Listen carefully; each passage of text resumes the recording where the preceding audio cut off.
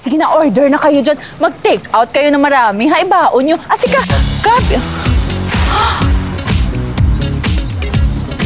Believe talaga ako sa iyong copy-paste power, ya? Ilang minuto pa lang akong nag-walk-walk sa aking national costume.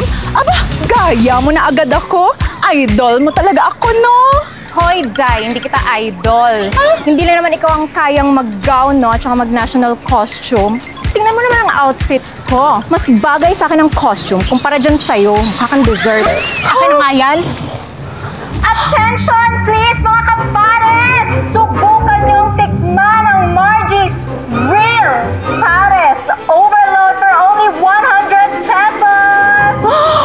Ako lang ang nag-o-offer ng only rice, only sabaw, only iced tea, at may kasama pa akong dessert na yema, kaya sana kayo diri na, mga suki!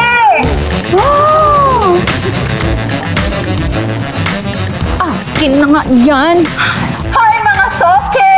Pag sa akin kayo kumain, meron akong free soft drinks! Come on! Let's go! Yes!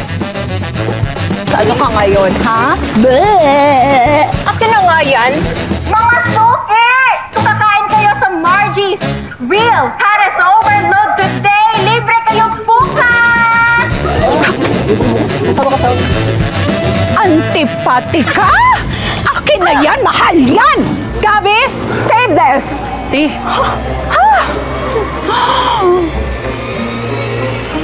Eto sa'yo!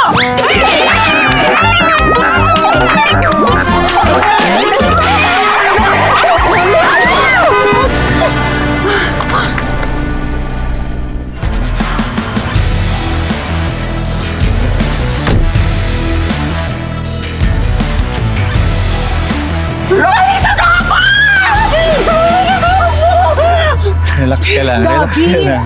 Sino siya? Ang pogi! Ate, isa yan sa pinaka-pogi at fast-rising na food bloggers dito sa Pilipinas. Sa true ba? Actually, nandito ko kasi nakita ko yung viral video nyo at na-curious ako. That's why I wanna taste your Only Pares. At hindi lang yon, gusto ko kayong i-feature sa vlogs ko yung parisan nyo para lalong dumami yung customers nyo.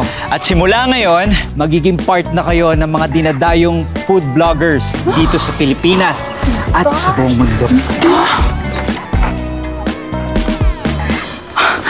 Papi, halika na sa aking pwesto dahil unli sarap talaga ng pares ang iyong matitikman sa aking pares, Papi. Kana!